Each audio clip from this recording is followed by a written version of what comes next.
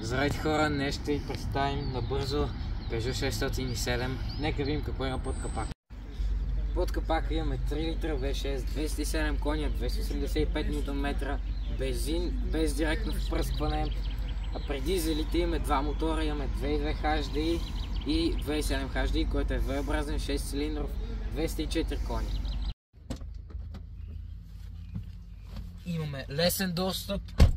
Вътре в интериора имаме кожени седалки, има и плюш и плат. В този случай са истинска кожа, кафяви седалки с меки възглавнички. Наистина е много широко в тази кола. Имаме голям волан, имаме клаксон. По централната конзола имаме аварийни. Това са контролите за навигацията, което е мъничка, но пак показват детайли. За колата имаме тук климатроник, имаме и радио. Интересното е, че имаме и отвор за касетка, тъй като колата е 2002 година и тогава са се ползвали все още. Тук имаме джобче за стотинки в случая и ще ви покажа един интересен факт. Интересен факт е, че при мощните версии от този модел има копче, което втвърдява амортисьорите, съответно колата става по-ниска и по-стабилна в завой.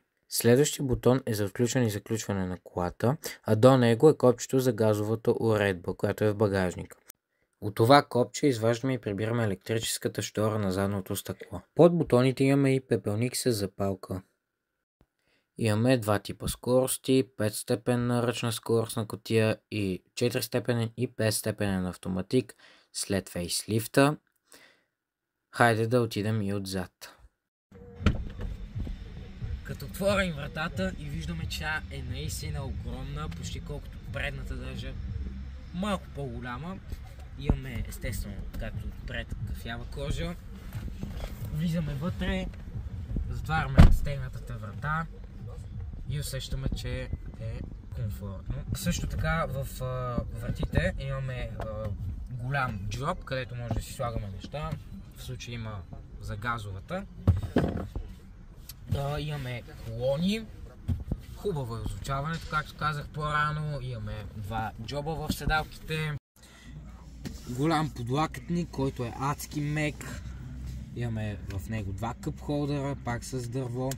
Имаме скисак, който обаче не е използваем преди тази кола, защото има отзад газовата уредба. И е наистина доста комфортен автомобил. Хайде да видим и задницата на колата и багажника.